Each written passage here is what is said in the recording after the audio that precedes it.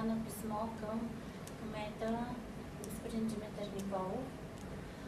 Имахме с него една среща на 23 май и представихме предложение днес, което е на национално ниво, да изберем и решим заедно проблемите, за да можем вече да оставим разговорите с община на гражданите.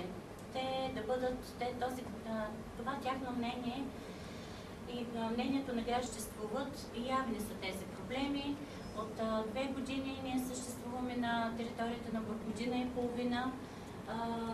В предварителни наши срещи преспират. Така или иначе, закона за електронните съобщения с наши предложения, които ние имахме поставени, 1000 гласа, бяха подписани в полза на нашите искания.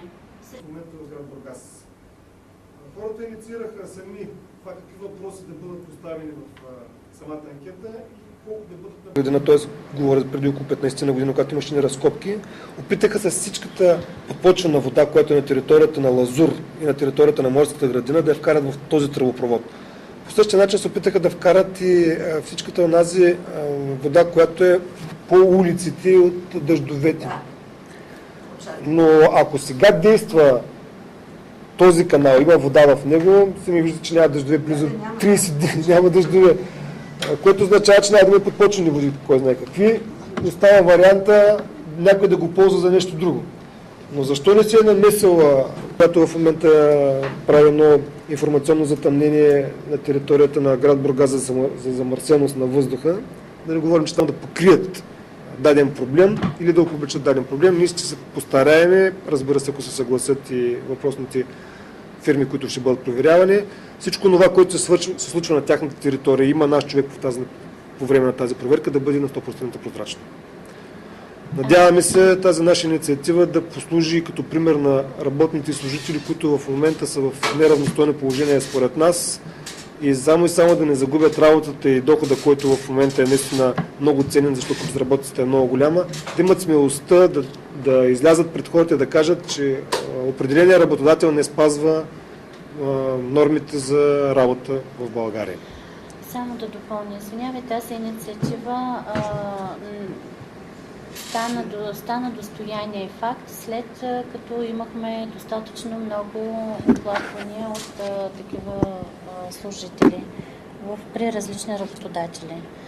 Не спазване на трудовите договори, не изплащане на обезщетения, не изплащане или пък не им дават дните за отпуск. И това са проблеми, които заедно в момента с нашите адвокати се правят консултации и работим по разрешаването им. От това, което получихме като сигнали в приемната, ние инициирахме всичко това, тази инициатива, заедно с инспекцията по труда. Дай Боже да се случат нещата. Да, в момента върви една друга инициатива наша на територията на Бургас. Правим едно проучване от гледна точка на това дали да се криминализира неплащането на работни заплати. Сами виждате, че има много фирми в България, които са с месеци, че с години не са изплащали работните заплати под една или друга фирма, под една или друга форма. Надяваме се в рамките на следващите 15-20 дена да излязат резултатите. Смятаме за правилно да се защитава достойно правото на труд и да се заплаща достойно правото на труд. А не да се протака във времето, след това почват ни дълги съдебни спорове, изпадане в несъстоятелност. Разбира се, това, което в момента виждаме ние, гражданите, които бъдат допитвани, да задават и другия въпрос. Защо се позволява фирми, които са в несъстоятелност или са под някаква форма задлъжнели, да се препродават, да се прехвърлят на хора, които не могат да носят отговорност. Сами знаете, фирми, които са влязли в положение на несъстоятелност, се препродават предимно на неграмотни цигани, предимно на неграмотни българи или на някакви други етноси, които наистина няма с какво да носят отговорност. Те нямат нищо. Да не говорим, че има фирми, които се прехвърлят на просяци. Хора, които наистина нямат нищо. Тоест, избягва се носенето на отговорност. И закона в момента го позволява това нещо. Трябва да се измисли някакъв модел, който да гарантира, че въпросното лице, което е вкарало фирмата в изключително тежко финансово състояние, ще носи някаква отговорност. Прехвърлянето на фирмата реално означава бягане от отговорност. По същия начин бяха прехвърлени и фирми, които бяха собственици на обекти по Черноморието от туристически характер, през втора, през трета, през четвърта, през пета, само и само да са избегнат ред наказателна отговорност от страна на трудовото и на криминалното законодателство. Тия хора в момента, прехвърляйки фирмите, първо изпират достатъчно пари, второ прикриват достатъчно злоупотреби и трето показват на цяла България липсата на законови мерки, за да бъде спряна тази тенденция.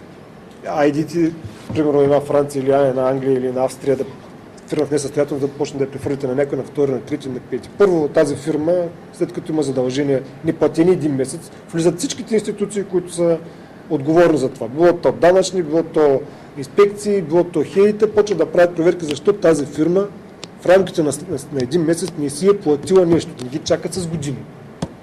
Било то ДДС, било то осигуровки и така нататък. Смятаме, че наистина имахме доста така въпроси, които искахме да обсъдим с въпросните 12 депутата, защото те касаят тях без значение какъв цвят са. И в момента те са законотворците. Те могат да променят даден закон, те могат да инициират нов закон. Ние можем да дадем само предложение. Разбира се, това, което ще изнесем като факти в рамките на сезона, докато свърши летния сезон, искам да кажа, също няма да е по наше наблюдение никак розово. Знаете, че злоупотребите по принцип по морето са по-големи, отколкото във вътрешността на страната. Защото се концентрират много дейности наведнъж по плажните ивици. Импровизирано да задава един въпрос. Какво ще предприемете, след като депутатите днес не позволиха да присъстват? Точно така, депутатите днес не дойдоха на нашата среща, което ни насочва на две мисли. Едната е, че най-вероятно те са много заети с техните си избиратели, но те забравят, че точно тези техни избиратели представляват гражданското общество на града и на областта. И точно от името на гражданите днеска тази среща инициирахме и очаквахме те да дойдат. Другото, което след като съвършим, получи се един брифинг с вас, журналисти, за което ви благодарим, че присъствахте и дойдохте при нас. В рамките на час-два ние ще напишем писмено становище и ще ви го пратим по имейлите, за което ще ви благодарим, ако го разпространите това. До среща ще организирате ли с депутати? На този етап не, защото вече навлизаме в активен летен сезон и за всеки ще бъде непосилно да отдели време. Може би ще помислим за някаква инициатива с тях за месец септември, но това всичко е в проект. Но така или иначе ние няма да ги оставим на спокойствие. Ние ще искаме тази среща с тях. Ние ще искаме те да чуят гласа на тези хора, които идват всеки ден при нас с техните си проблеми и ако трябва ще ги обединим всичките тези проблематики и ще инициираме още една среща, но няма да е лятото. Но няма и да ги оставим на спокойствие. Ще искаме среща с тях. Си изкарат ваканция? Да, така да бъде. Казвам се, Ваня Георгиева се казвам и съм общински координатор тук за град Бургас.